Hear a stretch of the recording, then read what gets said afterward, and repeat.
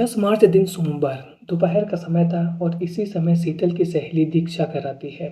क्योंकि दीक्षा का शीतल के घर आना अक्सर बना रहता था और घर वाले उसको बहुत अच्छे से पहचानते थे कि वह शीतल की बहुत ही क्लोज फ्रेंड है। दीक्षा आकर के घर में यह कहती है कि शीतल, मैं शॉपिंग करने के लिए जा रही हूँ, चलो तुम भी मेरे साथ चलो। शीतल दीक्षा के साथ चलने के लिए तैयार हो जाती है और दोनों ही सहेलियां अपने घर से निकलती हैं और मार्केट शॉपिंग करने के लिए पहुंच जाती हैं। जैसे ही दोनों मार्केट पहुंचती है तो शीतल दीक्षा से कहती है कि 1 मिनट तू अपना मुझे मोबाइल देना, मुझे किसी से बात करना है। और इसके बाद शीतल किसी को कॉल करती है। 45 मिनट के बाद एक बार फिर से दीक्षा के मोबाइल में कॉल आता है कि मैंने तुम्हारी बेवफा सहेली को मार दिया है और उसकी बॉडी मेरे घर पर ही पड़ी हुई है।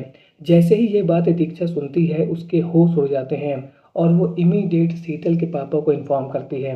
और इसके बाद जब वो लोग घर पहुंचते हैं तो वहाँ का मंजर कुछ और ही बना हुआ था। तो कौन था दीक्षा को कॉल करने वाला जिसने शीतल के साथ इतना बड़ा कांड कर दिया था और इसके पीछे की मिस्ट्री क्या थी, किस वजह से उसने शीतल को मार दिया था। जानेंगे सब कुछ आगे इस वीडियो में, लेकिन इस पूरी कहानी को समझने के लिए आप वीडियो को लाइक और चैनल को सब्सक्राइब जरूर कर लीजिए, क्योंकि ऐसे इंटरेस्टिंग वीडियो मैं आप लोगों के लिए हर रोज लाता रहता हूँ। तो चलिए वीडियो को शुरू करते हैं। कहानी की शुरुआत होती है उत्तर प्रदेश के कानपुर शहर के नवस्था थाना क्षेत्र से। यहाँ पर 17 साल की शीतल रहती है और वह 12th स्टैंडर्ड की छात्रा है। इस समय उसके 12th स्टैंडर्ड के एग्ज़ाम चल रहे हैं और वह अपने एग्ज़ाम को बहुत ही अच्छे से दे रही है। यानी कि वह दिन भर पढ़ाई लिखाई में लगी रहती है और अपने एग्ज़ाम को देती रहती है।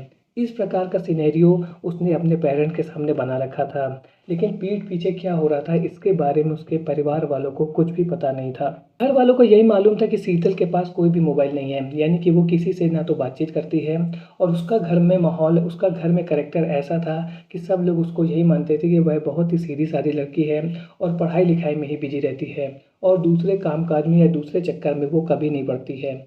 इसी बीच एक रोज़ उसकी सहेली दीक्षा घर आती है और वह कहती है कि मैं शॉपिंग करने के लिए जा रही हूँ पास की मार्केट से, चलो तुम भी मेरे साथ चलो। चूँकि दीक्षा का उसके घर में आना अक्सर बना रहता था, इसलिए शीतल के परिवार के जो सभी लोग थे उसको बहुत ही अच्छे तरीके से पहचानते थे और इस वजह से वो कभी भी मना नहीं करते थे कि जब भी दीक्षा उनके घर आती थी और ये कहती थी कि शीतल तुम मेरे साथ चलो। आज के दिन भी ऐसा ही हुआ था कि जब दीक्षा पहुंचती है घर में तो शीतल को अपने साथ चलने के लिए कहती है कि मैं शॉपिंग करने जा रही हूँ और परिवार वाले परमिशन दे देते हैं कि हाँ ठीक है तुम जाओ शॉपिंग करने, इसके साथ चले जाओ।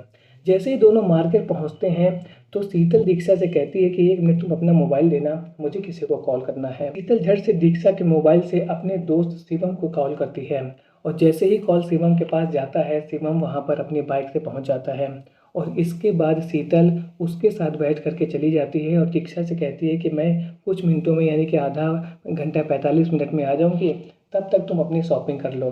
दीक्षा बोलती है ठीक है तुम घूम करके आ जाओ, इसके बाद हम दोनों साथ में घर वापस चलेंगे। दीक्षा शॉपिंग करने में बिजी रहती है। इसी बीच उसका मोबाइल एक बार फिर से बजता है और इस समय कम से कम 45 मिनट हो चुके थे शीतल को वहाँ से गए हुए।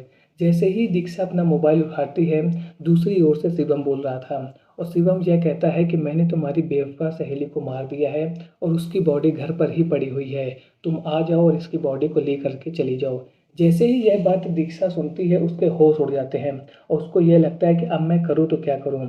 वह कुछ नहीं करती है, सीधे शीतल के पिताजी को ये सब बताती है और इसके बाद दीक्षा शीतल के पापा के साथ उस घर में पहुंचती है जहां पर शिवम किराए में रहता था। वहां पर जैसे ही वो उस कमरे में पहुंचते हैं जहां पर शीतल शिवम के साथ गई थी, तो वहां का नज़ारा देख के उनके होश उड़ जाते हैं। वहां पर शीतल एक कोने में पड़ी हुई थी और उसका गला बुरी तरीके से काटा गया था, यानी कि अब शीतल की डेथ हो चुकी थी। जैसे ही शीतल के पिता अपनी बेटी को इस हालात में देखते हैं वो वहीं पर गस खा के गिर जाते हैं और इसके बाद मोहल्ले वाले वहां पर जमा हो जाते हैं और तुरंत पुलिस वालों को इत्तला करते हैं। पुलिस वाले वहां पर पहुंचते हैं और क्राइम सीन को पूरा कॉर्डन कर देते हैं, पूरा घेर लेते हैं और इसके बाद शीतल की डेड बॉडी को पोस्टमार्टम के लिए भेज देते हैं।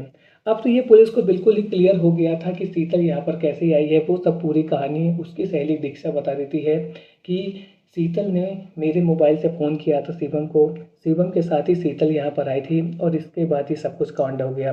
और जब मैं यहाँ पर पहुँची तो मैंने देखा कि शीतल तो ये किनारे पर पड़ी हुई है, लेकिन यहाँ पर शिवम नहीं है। इसका मतलब 100% यही है कि शीतल के साथ जो कुछ भी हुआ है उसको करने के पीछे वाला कोई और नहीं बल्कि उसका दोस्त शिवम ही है। इसके बाद पुलिस को किसी भी तरीके का शक नहीं रह जाता है कि शीतल को मारने वाला कौन है, लेकिन सबसे बड़ी बात यह थी कि शिवम उसको मार करके भाग गया था और अब शिवम को ढूँढना ही सबसे बड़ी टेढ़ी-खीर थी पुलिस के लिए। लेकिन पुलिस को यह पता चल गया था समय रहते हुए और इसके बाद पुलिस उसको ढूँढना शुरू करती है। और जब पुलिस उसको ढूँढती है तो कुछ ही घंटे बाद पुलिस उसको उसके गाँव फ़तेहपुर से गिरफ्तार कर लेती है। और इसके बाद पुलिस उसको लेकर के आती है और उससे ये पूछताछ करती है कि तुमने इतने कम समय के लिए शीतल को क्यों बुलाया और इसके बाद तुमने उसको किस वजह से मार दिया है। तो सबसे पहले शिवम दूसरे गुनहगारों की तरह पुलिस को घुमाने की कोशिश करता है कि वो बेवफा थी, उसके बहुत सारे लड़कों के साथ संबंध थे और वो मुझको धोखा दे रही थी, इसी वजह से मैंने उसके साथ ऐसा कांड कर दिया। लेकिन जब पुलिस ने उसको सख्ती से पूछताछ उससे शुरू की तो उसके बाद वह बहुत देर तक पुलिस के सामने टिक ना सका और उसने वो सच्चाई ला करके पुलिस के सामने रख दी जो अभी तक किसी को नहीं मालूम थी। शिवम ने पुलिस को यह बताया कि जहाँ पर शीतल रहती है वहीं पास में एक हॉस्पिटल है और वहाँ पर वह एक वार्ड बॉय की नौकरी करता है। उसकी दोस्ती शीतल के साथ सोशल मीडिया के थ्रू ही थी। इसके बाद दोनों के बीच में बातचीत होने लगी और बातचीत धीरे धीरे प्यार और फिर एक दूसरे से मिलने जुलने तक पहुँच गई। वह अक्सर शीतल को लेकर के अपने में कमरे में आता था और उसके साथ फिजिकल रिलेशन भी बनाता था और शीतल कहीं ना कहीं यही सोचती थी कि मैं उससे सच्चा प्यार करता हूँ। लेकिन मेरे लिए शीतल जस्ट लाइक एक टाइम पास गर्ल थी। मेरे और भी लड़कियों के साथ भी रिलेशन है और फिजिकल रिलेशन है। लेकिन पिछली बार शीतल जब मेरे पास आई थी तो उस वक्त उसने मेरा मोबाइल देखा और मेरे मोबाइल में मेरी दूसरी सहेलियों के साथ जो मेरी दूसरी गर्लफ्रेंड हैं उनके साथ जो इंटीमेट सीन थे वो सभी मेरे मोबाइल में पड़े हुए थे और उन सब फ़ोटो और वीडियो को शीतल ने देख लिया था। और जैसे ही शीतल ने ये सब देखा वो भड़क उठी। उसने ये कहा कि तुम्हारे जो ये रिलेशन है दूसरी लड़कियों के साथ ये तुमको बिल्कुल ही समाप्त करना पड़ेगा। इन्हीं सब बातों को लेकर के मेरा और शीतल के बीच में झगड़ा हो जाता है और झगड़ा इतना ज़्यादा बढ़ जाता है कि मुझे गुस्सा आ जाता है और मैं अपने बैग में पड़ी हुई सर्जिकल ब्लेड से उसके गले पर वार करना शुरू कर देता हूँ। गुस्से में वार इतने ज़्यादा हो जाते हैं कि शीतल की गर्दन कट जाती है और उसकी ऑन द स्पॉट डेथ हो जाती है। और जैसे ही शीतल की डेथ हो जाती है वह शांत पड़ जाती है तो मुझे यह नहीं समझ में आता है कि मैं अब क्या करूं।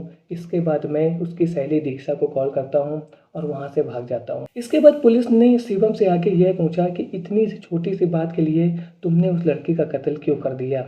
इस बात को बैठ करके ठंडे दिमाग से भी सॉर्ट आउट किया जाता था। तो इन सब आगे के सवाल जो पुलिस उससे पूछ रही थी उनके कोई सही जवाब शिवम नहीं दे पा रहा था।